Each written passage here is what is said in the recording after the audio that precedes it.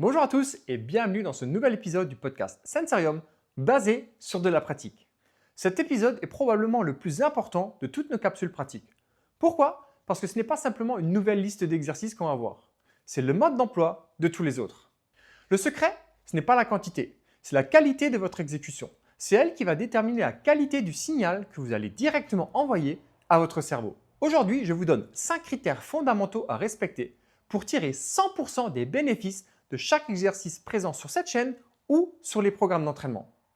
Sans eux, un mouvement reste un mouvement. Avec eux, il devient un outil de recalibration neurologique. C'est toute la différence entre un simple morceau de métal et une clé. Le morceau de métal peut forcer une porte, mais la clé, justement taillée avec précision, ouvre la clé sans effort. Ces 5 critères sont la manière de tailler votre clé pour votre cerveau.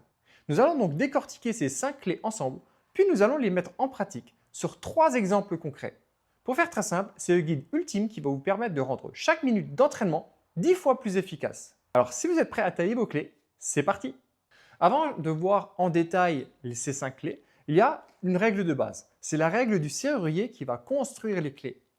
Ce qui est important de comprendre, c'est que chacune de ces clés n'est pas un élément isolé, c'est un ensemble.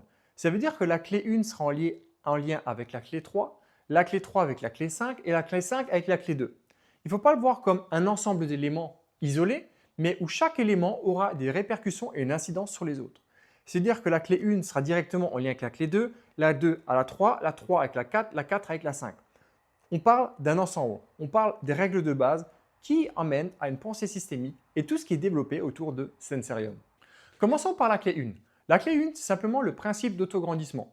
Il faut le voir un petit peu comme Gepetto qui essaie de contrôler Pinocchio avant qu'il soit un humain. Pour faire très simple, pour l'ensemble des exercices présents sur cette chaîne et sur les programmes d'entraînement, il faut chercher à s'autograndir. L'exécution, elle est très simple. On va se tenir droit ou la position de référence présente dans les exercices, ça peut être les pieds joints, ça peut être les pieds largeur de bassin ou ça peut être sur une jambe. Simplement, on va chercher à s'autograndir. Il y a Gepetto qui vient nous tirer, il y a un fil qui va traverser tout le corps et on va chercher à s'autograndir au maximum. Ceci est la clé 1, qui va être en lien avec la clé 2, qui est le principe de relaxation. Ce qui veut dire que pendant que je m'autograndis, je ne suis pas là à contracter tout mon corps et à être crispé. On va chercher à s'autograndir tout en étant relaxé au plus possible sur tout le corps. Il n'y a pas les mollets qui sont contractés, les mains non plus, le diaphragme non plus.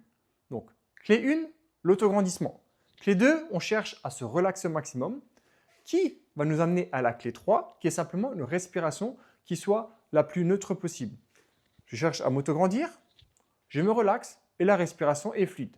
Je ne cherche pas à bloquer ma respiration, je ne cherche pas justement à accélérer l'inspiration ou la respiration. Je garde une respiration qui est fluide, naturelle et par le nez. Qui va m'emmener à la 4e clé, qui est simplement de garder la langue directement sur le palais du haut. On récapitule, je cherche à m'autograndir, je reste relax, respiration fluide et la langue sur le palais du haut. Évidemment, je ne vais pas le faire, sinon je ne pourrais pas expliquer le critère supplémentaire. Donc, pendant qu'on respecte ces 4 critères, on va avec le premier orteil, donc ça c'est mon pied. Le premier orteil va être en tension sur le sol qui va activer la voûte plantaire. Donc, on récapitule, je cherche à m'autograndir, je cherche à me relaxer au maximum sur tout le corps, je garde une respiration par le nez et qui est fluide, la langue sur le palais du haut, et le premier orteil en contact avec le sol qui vient légèrement mettre en tension, ce qui va nous donner cette position-là. On ne cherche pas à s'affaler, on respecte l'ensemble des 5 critères pour l'ensemble des exercices sur cette chaîne. Ces 5 clés seront à appliquer pour tous les exercices présents sur cette chaîne ou sur les programmes d'entraînement. On va le voir en direct avec 3 exemples concrets autour de stimulation vestibulaire, d'exercices de coordination et de stimulation visuelle. Donc on va commencer par un exercice simple autour du réflexe vestibulo-oculaire, par exemple, où l'objectif étant simplement avec les yeux de fixer une cible, le doigt par exemple, comme ici. Pendant que la tête va tourner de gauche à droite, les yeux vont rester fixes sur mon doigt. Ce qui veut dire que je ne vais pas faire l'exercice de manière affalée et n'importe comment. Premier critère, je cherche à m'autograndir, je cherche à me relâcher. Je cale une respiration par le nez et qui est normale, la langue sur le palais du haut et le premier orteil en contact. Une fois que ces 5 clés sont bien respectées, je vais pouvoir commencer mon exercice vestibulaire. La même chose, lorsque je vais demander de faire un exercice visuel, par exemple des saccades oculaires, on va prendre des saccades verticales où les yeux vont passer d'une cible haute à la cible du bas. où les yeux simplement vont bouger haut, bas, pour venir fixer le doigt ou un stylo. Avant de commencer l'exercice, je vais chercher dans un premier temps à m'autograndir, me relâcher, la langue sur le palais du haut, respiration normale par le ventre et par le nez, et le premier orteil. À ce moment-là, je vais pouvoir mettre mes doigts et je vais pouvoir faire l'exercice de saccade. Troisième mise en application autour d'un exercice de coordination, où je cherche simplement à croiser la ligne médiane, où ma main droite vient toucher mon genou gauche, ma main gauche, mon genou droit, et on vient alterner ça. Avant de commencer l'exercice, je m'assure à ce que je m'auto-grandisse au maximum, que je sois relax et que je ne le fasse pas de manière tendue, que le premier orteil soit toujours en contact, la langue sur le palais du haut, et que j'ai une respiration qui soit normale. Une fois que j'ai ces 5 clés qui sont bien respectives, seulement à ce moment-là, je vais pouvoir réaliser l'exercice. Okay. Je m'auto-grandis, donc je ne commence pas à m'affaler.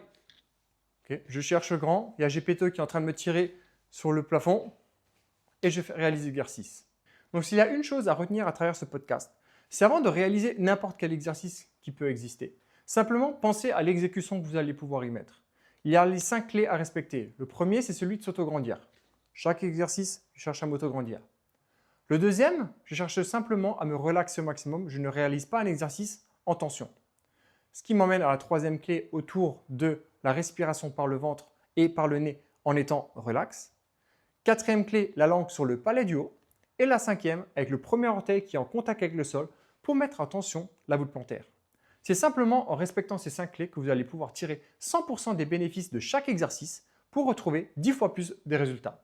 Sur ce, on se voit la semaine prochaine pour un nouvel épisode. Ciao, ciao!